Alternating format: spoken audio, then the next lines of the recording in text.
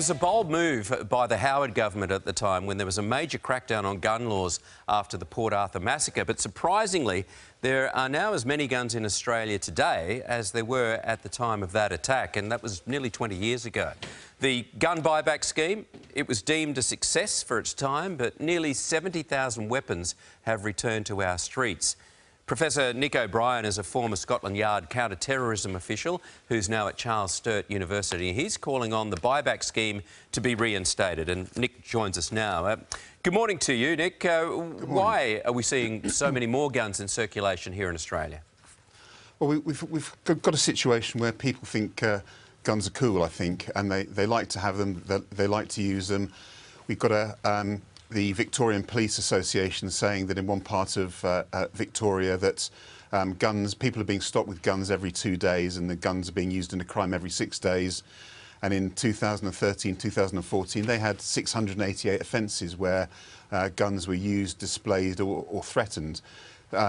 We've also got a report, the Manharan Moonis report from the Sydney siege, which says that we have 250,000 illegal firearms, long arms in Australia, and another 10,000 illegal pistols. So I think the time has now come to have a look at another buyback scheme, which was tremendously successful. Yes, it was. It was lauded around the world as for the success of it, and a very bold thing for a government to do. But recently a newspaper published a website where you could key in your postcode to see how many registered legal firearms there are in your suburb, and I was astonished by that. So you can only imagine how many illegal weapons are out there on the streets. Well, that's the problem. There are currently about as of 2012, there were 2.75 million legal firearms in Australia, and no one's saying that the people who have legitimately got firearms should be punished in any way, or their guns taken away from them. I think all we're after now is getting some of these illegal firearms off the street, because what happens so often is that a bad incident happens like Port Arthur, and then policy is brought in following that kind of incident, whereas now what we have is figures and almost like a big neon sign saying you're going to have a problem in the future unless you do something about it, and that buyback scheme seems to me the best way to go. So do you think it's just an attitude adjustment that needs to be done? Because, you know, people who were around for Port Arthur massacre, they remember where they were when they heard that news, and there was a positive response to the idea of getting rid of guns. But do you think we've just forgotten the terror and the sorrow of that day? I think we have, because there are adults around now who weren't alive when Port Arthur happened. So there's an awful lot of people that won't remember Port Arthur.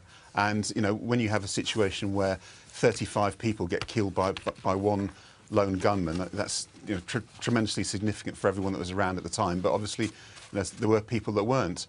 And quite significantly, since before the buyback scheme, there were 10 mass shootings in the 10 years before, and since then there's been none, which I think is another indication of how successful it was, and perhaps now's the time again to have another one. So gun numbers in general are on the increase, and we would assume that when illegal gun numbers increase, there's more gun crime. But does the increase of legally registered weapons have any link to gun crimes? Well, the problem is that about more than 1,500 every year for about the past 8 years have been stolen, and those guns go straight into the black market, presumably often to be used by criminals.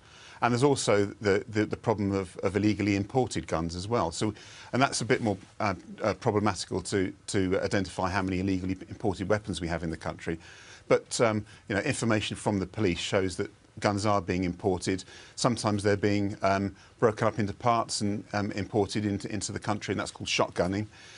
So they're more difficult to find at the borders. So yes, it is an issue. All right. Well, every time we see a terrible gun crime in America, usually, or Europe, we pat ourselves on the back for our gun laws here, and we say we haven't had one since Port Arthur. But you say these numbers are building up, and that it's almost inevitable that something will happen.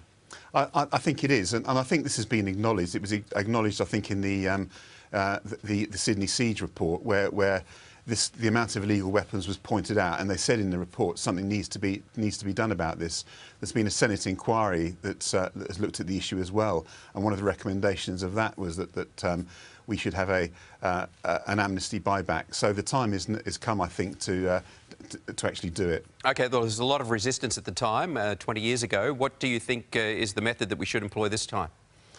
Well, I think we ought to make it clear that we're not going after people who legally got guns. We're not trying to curtail people's right to have guns when they need it.